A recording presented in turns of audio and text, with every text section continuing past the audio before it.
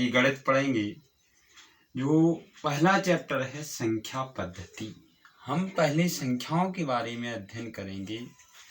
जैसे पहला है प्राकृतिक संख्या, जो हमारी प्रकृति में वस्तुएं होती हैं, उनको गिनने के लिए प्रयुक्त किए जाते अंक हैं, वो सभी हमारी प्राकृतिक संख्याओं में आते हैं। जैसे 1, 2, 3, 4, 5 ऐसे ऐसे करके आगे भी। ठीक उसी प्रकार से जब प्राकृतिक संख्याओं में शून्य भी सम्मिलित हो जाता है तो संख्याएं पूर्ण संख्याएं हो जाती हैं। मतलब प्राकृतिक संख्याओं में अगर शून्य भी शामिल हो जाए तो वह कौन सी संख्याएं हैं? पूर्ण संख्याएं हैं। और माइनस अनंत से प्लस अनंत तक की सभी संख्याएं पूर्णांक संख्याएं होती हैं। प्यारे बच्चों, माइनस जो पूर्णांक संख्याएं हैं वो ऋणात्मक पूर्णांक कहलाती हैं, और जो धनात्मक पूर्णांक हैं, जो धन में पूर्णांक संख्याएं हैं, वो सभी धनात्मक पूर्णांक कहलाती हैं। इस अध्याय का सबसे महत्वपूर्ण टॉपिक है परिमेय संख्याएं। तो परिमेय संख्याएं क्या होती हैं? वे संख्याएं जिन्हें P/Q के रूप में लिखा जा सके, परिमेय संख्याएं कहलाती हैं।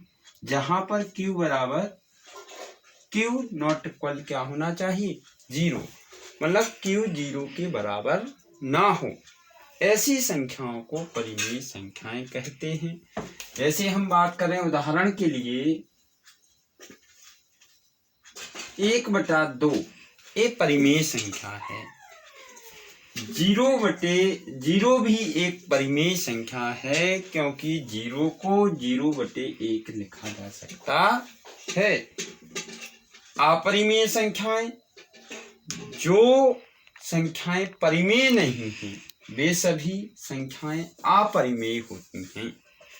जैसे ये बोर्ड परीक्षा में बहुत प्रश्न पूछा जाता है कि पाई संख्या है, तो पाई अपरिमेय संख्या है। भले ही पाई बराबर 22/7 होता है, जो इसका हर शून्य नहीं है, लेकिन 22/7 एक ऐसी संख्या है जिसका अंत नहीं आता है, और इसलिए ये अशांत संख्या होती है, अनावर्ती संख्या होती है, जिस कारण पाई एक क्या होती है? अपरिमेय संख्या होती है। यहाँ से बेटा प्रश्न ही बना है, ये इम्पोर्टेंट है, आपको ध्यान में रखना है। एक पाई कैसी संख्या है? अपरिमेय संख्या है। √2, √3 जितनी भी ये √3 वगैरह संख्याएं होती हैं, ये सभी अपरिमेय होती हैं। वास्तविक संख्याएं क्या हैं? वे संख्याएं होती हैं वास्तविक संख्याएं जो परिमेय व अपरिमेय संख्याओं को सम्मिलित रूप से हम बेटा वास्तविक संख्याएं कहते हैं। फिर हमारा सबसे महत्वपूर्ण टॉपिक आता है भाज्य संख्याएं। तो भाज्य संख्याएं वे संख्याएं होती हैं जो स्वयं और एक के अलावा अन्य किसी संख्या से उनमें भाग नहीं जाता है। मतलब अभाज्य संख्याएं क्या हैं? वे संख्याएं जिनमें स्वयं के अलावा सिर्फ और सिर्फ एक से भाग जाए, ऐसी संख्याओं को अभाज्य संख्याएं कहते हैं। यहाँ पर बहुत महत्वपूर्ण प्रश्न बनता है कि सबसे छोटी भाज्य संख्या अभाज्य संख्या क्या है? तो सबसे छोटी अभाज्य संख्या 2 है।